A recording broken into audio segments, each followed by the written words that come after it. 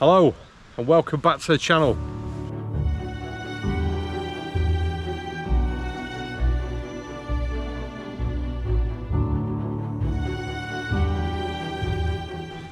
So I'm bringing to you today a video with a little bit of a difference. This video is not actually going to be about taking photographs with a DSLR or a mirrorless camera like I normally would do.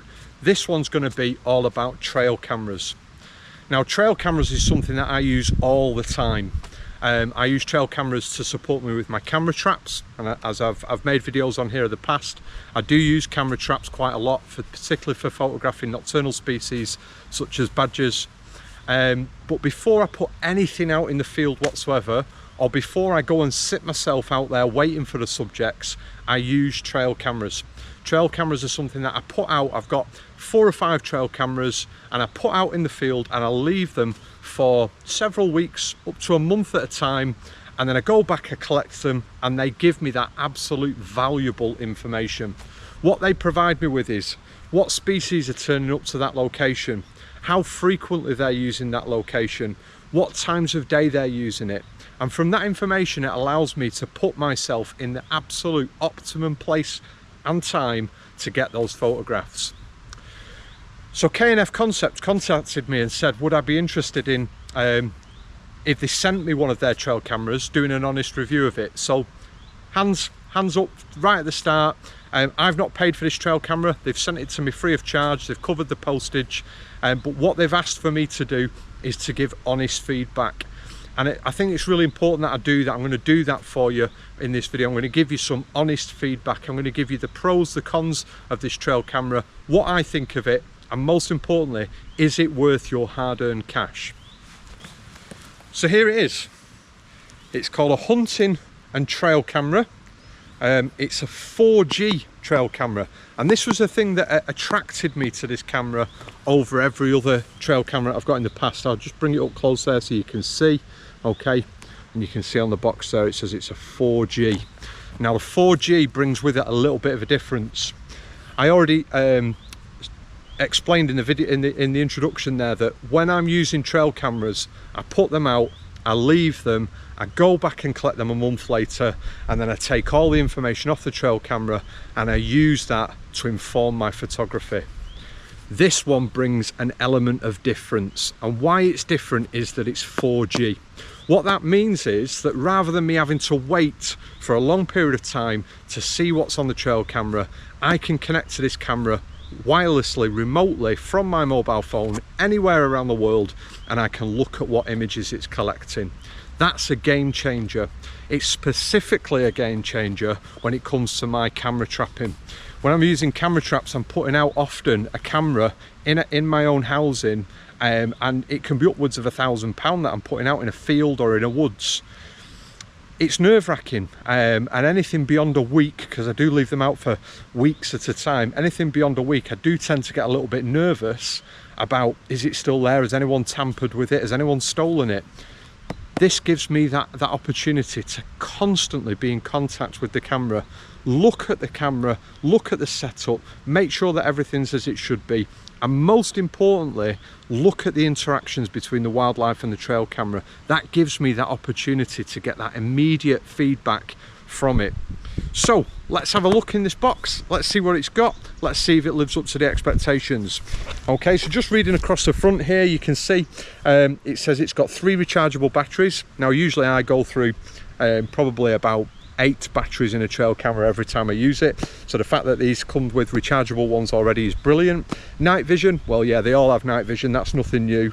SD card, well I've got an SD card to pop into it. I've got lots of SD cards, my GoPro, my DJI Pocket, my drones, they all use SD cards, so I've got plenty of those, that's not a problem, but you do have to provide them, it doesn't come with that. It's a PIR motion detection. What that means is it's infrared. It works in exactly the same way as your security light on your house. So something breaks the infrared beam, and then it triggers the action. In the case of your security light, the light would come on. And then most importantly, it's got an app. Okay, so an app that you need to download onto your phone, and you need to be able to access it. So let's have a look what's inside the box.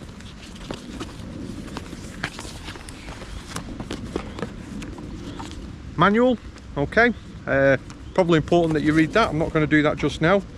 SIM card, that's really important. We're going to use the SIM card in it. Mounting bracket, now that's a fantastic addition.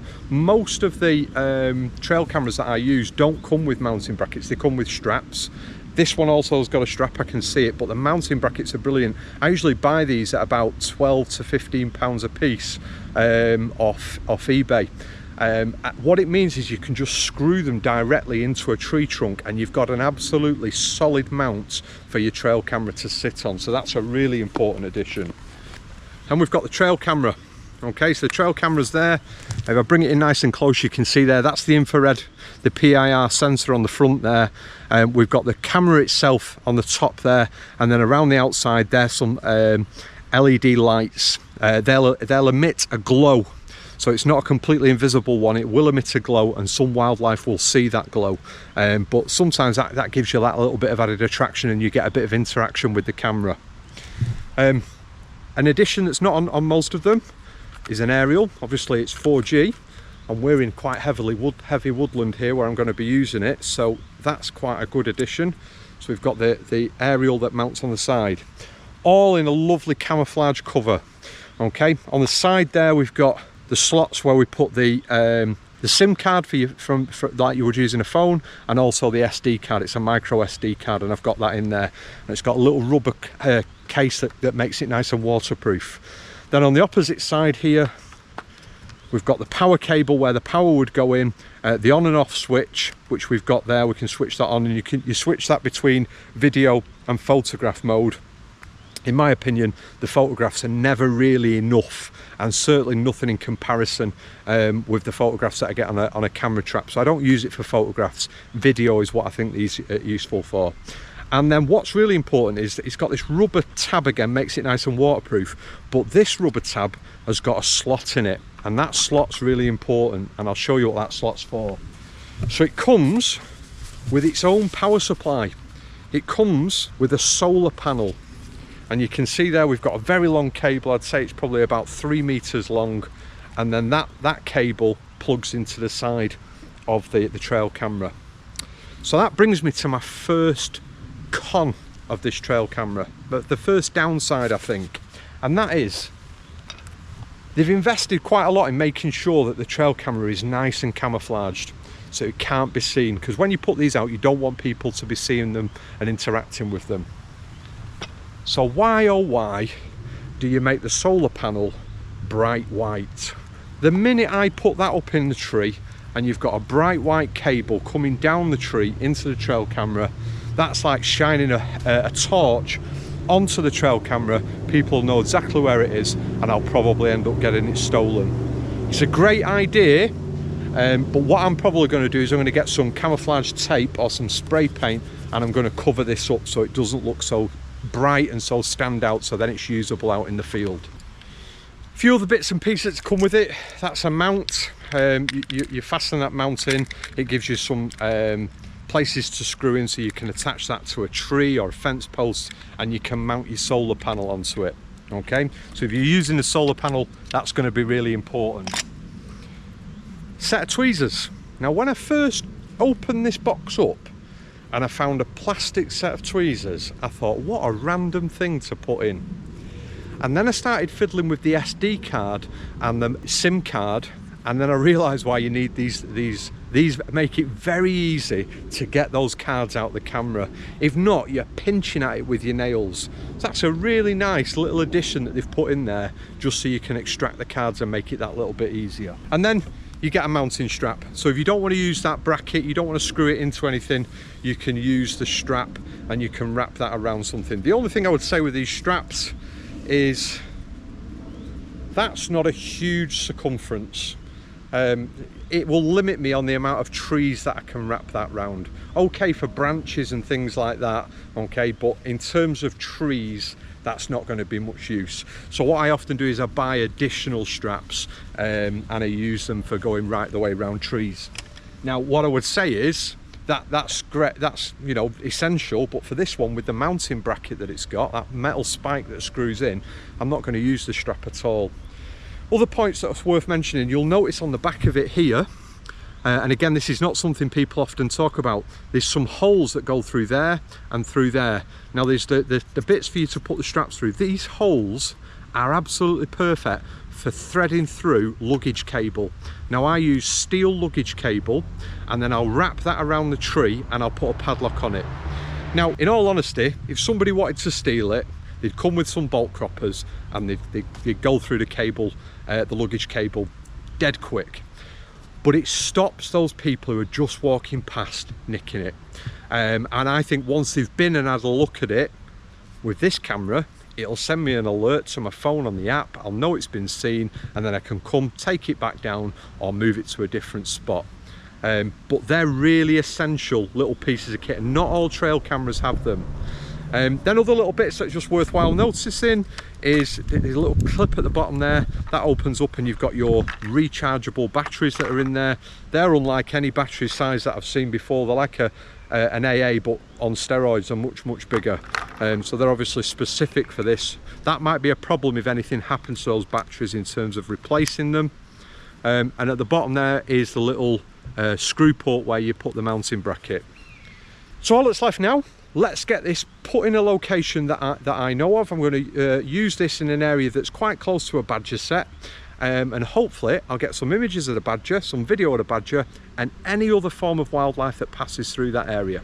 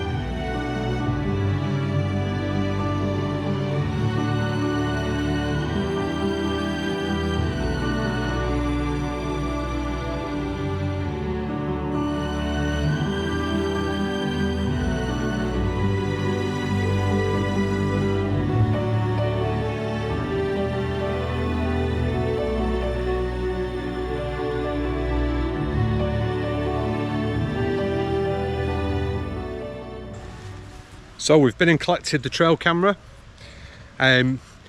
Normally when I come and collect the trail camera, the footage that I get on it is a surprise. So I open it up, there'll be a little screen inside it, and I'll look at that screen and I'll see what footage I've got. You don't get that with this one, and you don't get that for two reasons. The first one, there's no screen. I think it would probably benefit from having a small screen, just under a cover perhaps here, or inside as often they do have. I think what the screen will allow is it will allow you to set it up precisely if you've not got your mobile phone with you. The reason it doesn't have a screen is it links to your phone. So once you've put it into position, you can look on the app, you can look on the phone, and you know exactly whereabouts it's pointing and what it's looking at. The other reason that I'm not looking and I'm not excited to see what it's captured is I already know. I've just been away on holiday in Fuerteventura, so I was, a couple of thousand miles away, and I was able to check on my badger set at the wildlife that was coming past this trail camera. That is sensational. That is such an opportunity that I've never had from trail cameras before. Usually you're waiting to come back to them to see what's inside them. I didn't have to do that. I was able to look at it, so I know that I've had roe deer coming through here. I know that I've had badgers coming through here, and it's all been captured on this. It's sent an alert to my mobile phone, and I've been able to see it either live as it's happening, which was the case with the roe deer, or after the event, because obviously badgers mainly nocturnal here. We're quite near some houses, so there's quite a lot of noise, so they come out quite late here, the badgers. Sometimes they'll come out at dusk if it's quite a quiet area, but here they really are quite late. And I've been capturing all that on the trail camera. So what I'm going to do now is I'm going to share with you the video footage that we've got on this camera, and you can see for yourself what you think of the quality of that video, and then we'll come back and I'll sum up everything that I think of the camera so far.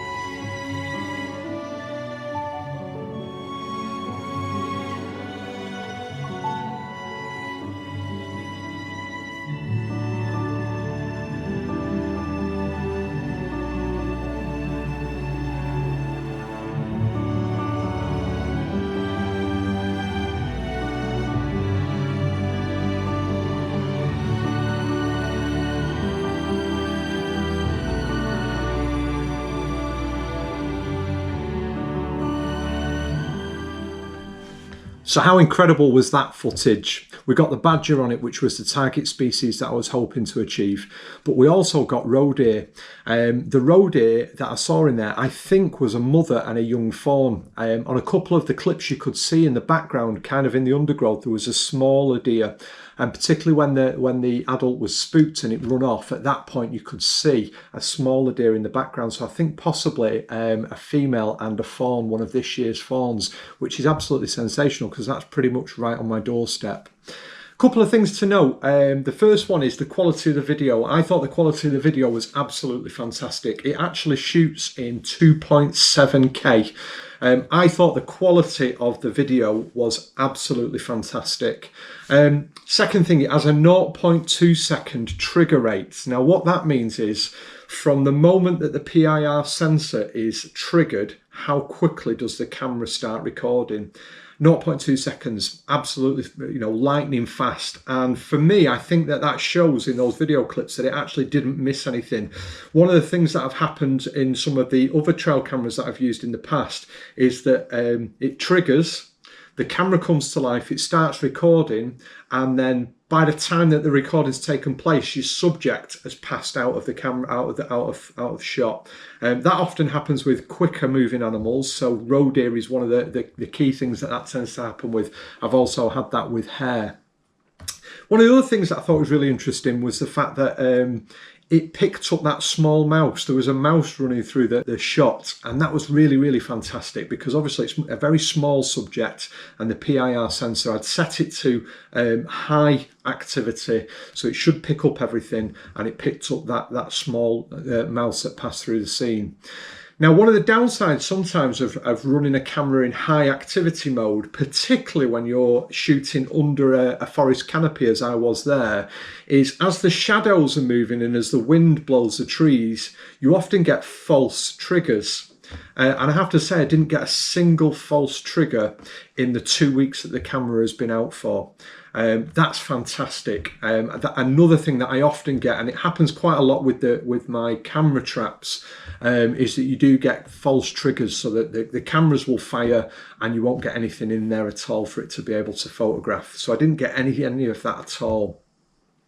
So as you can see in front of me here, I've got some of the other trail cameras that I use, and I have to say, I tend to, or I always have done in the past, bought this Victor product.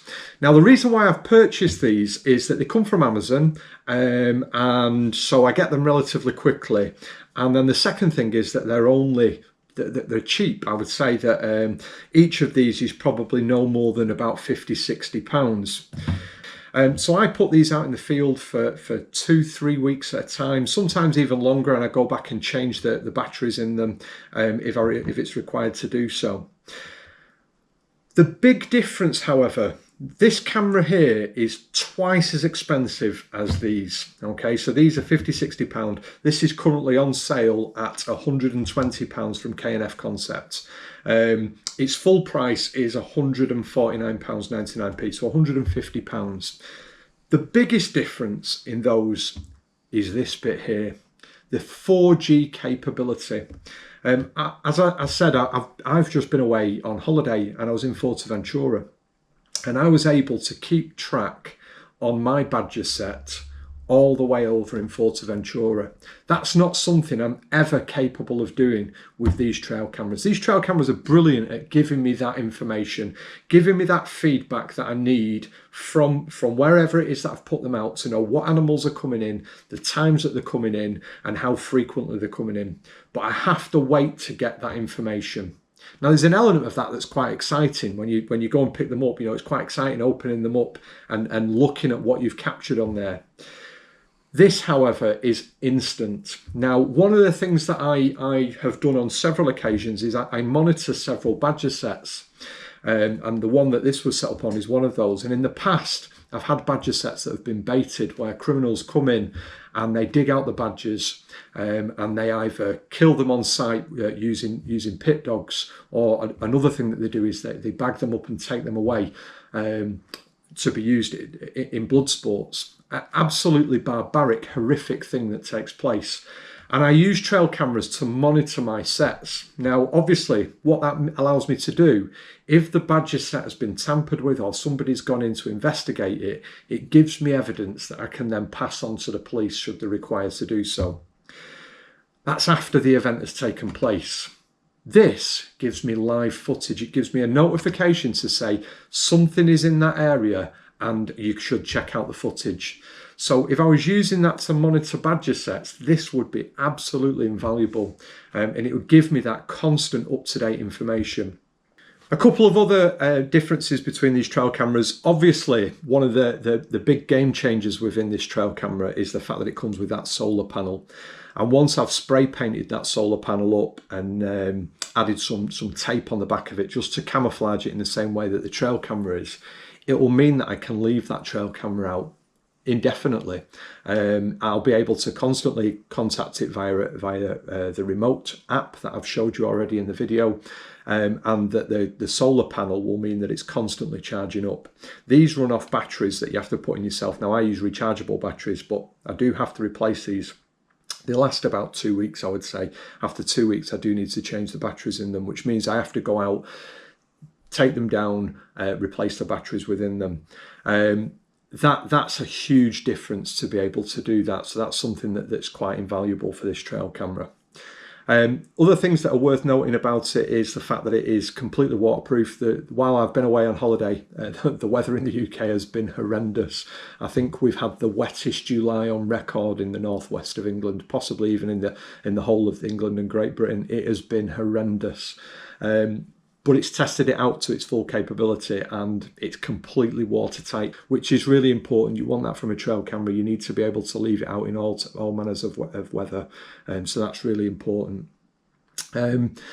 Other things just to note is that it comes with a SIM card in it, but you have to update that SIM card and put credit onto it for it to be able to actively use. It comes with a free amount of data that lasted probably about 3 or 4 days, and then it had run out, so I had to increase the amount of data that was available on that SIM card. That's something that you have to build into the cost. Obviously it doesn't come completely with that, so you have to build that into the cost. But if this is a trail camera that you're looking for, something that you can constantly look at and constantly keep update with, it's worth every penny. It certainly gives you a completely different dynamic that these two trail cameras don't provide.